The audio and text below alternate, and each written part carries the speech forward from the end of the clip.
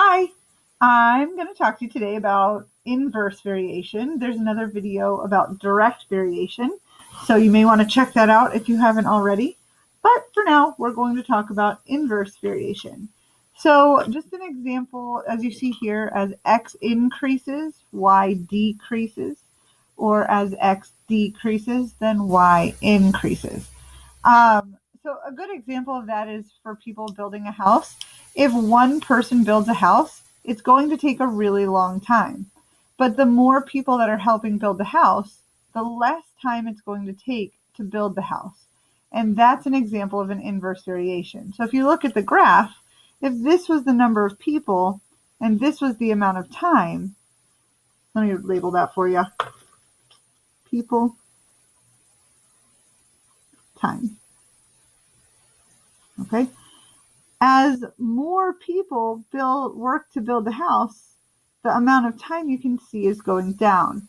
And so that is an inverse variation. What you can also see is that even if you had 1 million people working on the house, it would still never take 0 minutes to make the house. Does that make sense? So it doesn't hit the x-axis and it also doesn't hit the y-axis. And that is an inverse variation. So like direct variation, there's an equation that goes with inverse variation. You can see this time now the x is on the bottom. So y equals k, the constant of variation, over x. And if you needed to find k by itself, it's just the product of x and y. So if you multiply x and y, that will give you the constant of variation. All right. If you have a problem with inverse variation where you are trying to find a missing value, you're going to do x, y, x, y. So you're basically keeping the constant of variation the same and figuring out what was missing. So for example, y and x vary inversely. Find the missing value. So we're going to use this little formula here by setting the constant of variation equal, and we're going to substitute in. So we have x, y, negative 9 times 4, has to be equal to this x and that y. And I'm going to write it this way, negative 12x. Because multiplication is commutative, so I wanted to put the negative 12 in front. Negative 9 times 4 is negative 36. And then we want to divide both sides by negative 12 to get the x alone. So x equals 4.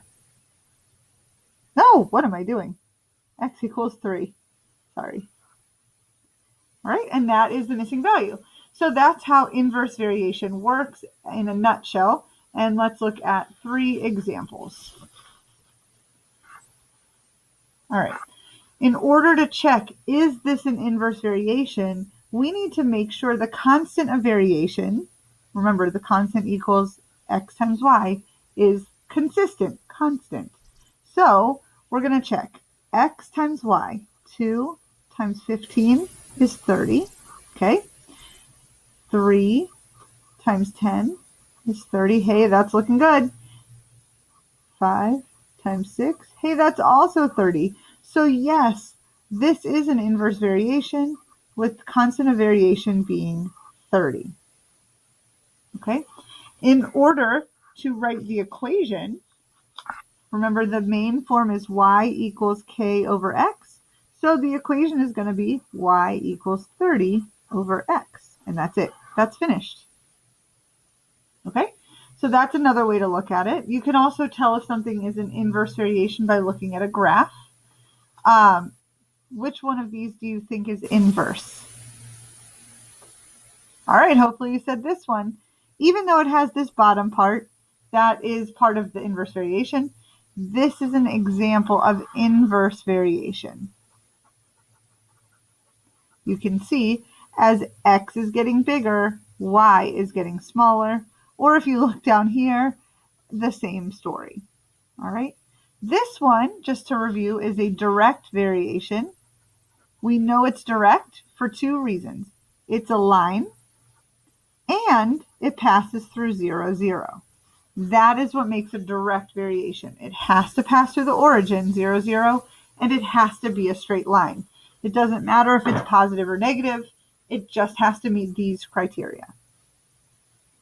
And lastly, the time it takes to travel, oops, I spelled that wrong, to travel a certain distance varies inversely to the rate of speed. When you read these problems, I like to highlight this part because that's kind of important. Varies inversely to the rate of speed. It takes 8 hours to travel a certain distance at 36 miles per hour. The distance itself doesn't matter in this problem. We know 8 hours corresponds with 36 miles per hour. So what is the constant of variation? Well, remember from the top, the constant of variation is x times y.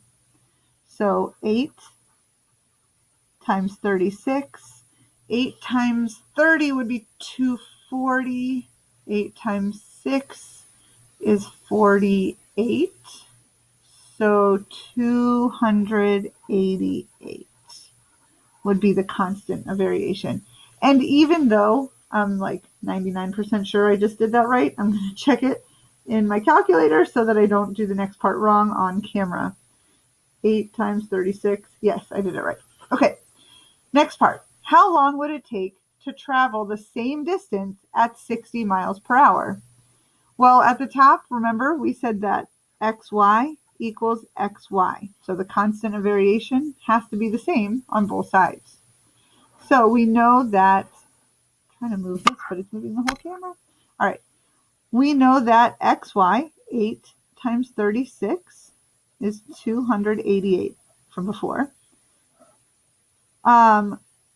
We have up here, I just want to make this clear. Up here, we have 8 hours, 36 miles per hour, which means the hours are x and the miles per hour are y. So we're going to do x times y. Now again, because multiplication is commutative, I'm going to write that as 60x. Okay? And now we want to get the x alone, so we're going to divide by 60. And I'm going to use my calculator for that because I can. 4.8. So it would take 8 hours to go it would take 4.8 hours to go the same distance at 60 miles per hour. All right, that's inverse variation. Have a fabulous day.